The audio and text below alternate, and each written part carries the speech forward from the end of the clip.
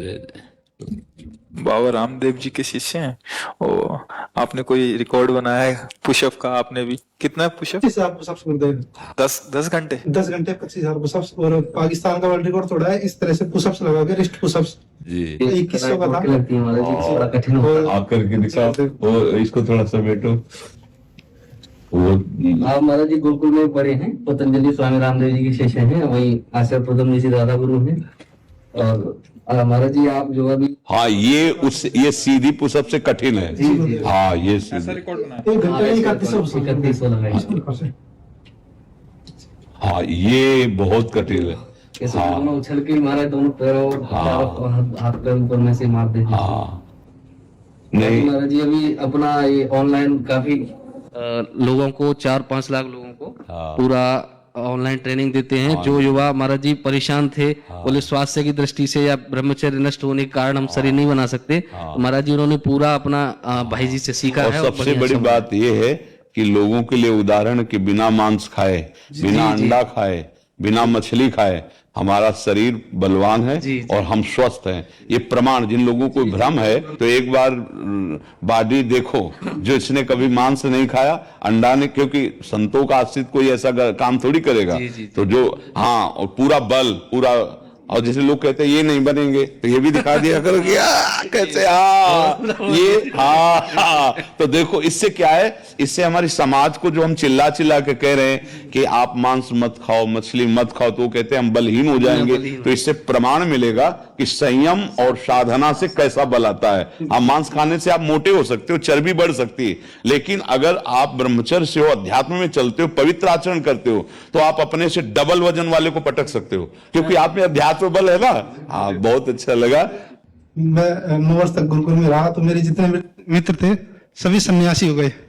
और अभी मैं व्यवहारिकता में आ रहा हूँ। तो गुरुदेव, इस व्यवहारिकता में हम अपनी जो आध्यात्मिकता है, जो उसको हम कैसे किस तरीके से साथ लेकर के चले? व्यवहारिकता मतलब ब्याह करके गृहस्थी में जाना। जी गुरुदेव। हाँ, तो उसके लिए फिर एक बात ही रहेगी, संतान उत्पत्ति का लक्ष्य रख करके महीने में मासिक धर्म की पवित्रता के बाद एक बार संतान, तो फिर आपके शरीर और ब्रह्मचर्य पर कोई फर्क नहीं पड़ेगा। धर्म पूर्वक पानी ग्रहण करके अगर व्यभिचार प्रवृत्ति में उतर जाए तो फिर गलत हो जाएगा। संयम ही रखे। अब तो अपनी आयु बहुत कम है, तो उसका क्या उदाहरण दे? महाराज कश्यप जी 10,000 वर्ष तक ब्रह्मचर्य रहकर जब अपनी पत्नी विनता से, तो अरुण और गरुण जी प्रकट हुए। अरुण भगवान सूर्य के सारथी और गरुण भगवान हरि के वाहन। तो ऐसे भजन और सत्य पूर्वक तो देश भक्त संतानें होंगी, भगवत भक्त होंगी, संयमी होंगी। तो ये कोई हानि का विषय नहीं गृहस्थ धर्म, पर बस ध्यान ही रखना है कि संयम रहे, उसमें भी संयम का बर्ताव रहे, नहीं तो फिर वो तेज नहीं रह जाएगा, वो बात नहीं रह जाएगी। व्यर्थ में ब्रह्मचर्य को नष्ट न करे। हाँ, संतान उत्पत्ति की भावना से जो किया जाए तो वो पूजा ही होती है भगवान की, क्योंकि सृष्टि ये बढ़ाने की सेवा भी तो मिली ना। हाँ, तो आप ऐसा करो, नाम जप करते रहना और व्यायाम कभी मत छोड़ना। अगर चलने लायक हो तो जरूर करो, क्योंकि अगर आप व्यायाम छोड़ दिए आप किसी प्रमाद से, फिर आपका शरीर डाउन, मतलब परेशानी पैदा हो जाएगी, क्योंकि आपने बहुत खींचा ना। तो अब इसको चाहिए, नशा है इसको, जितना हो सके।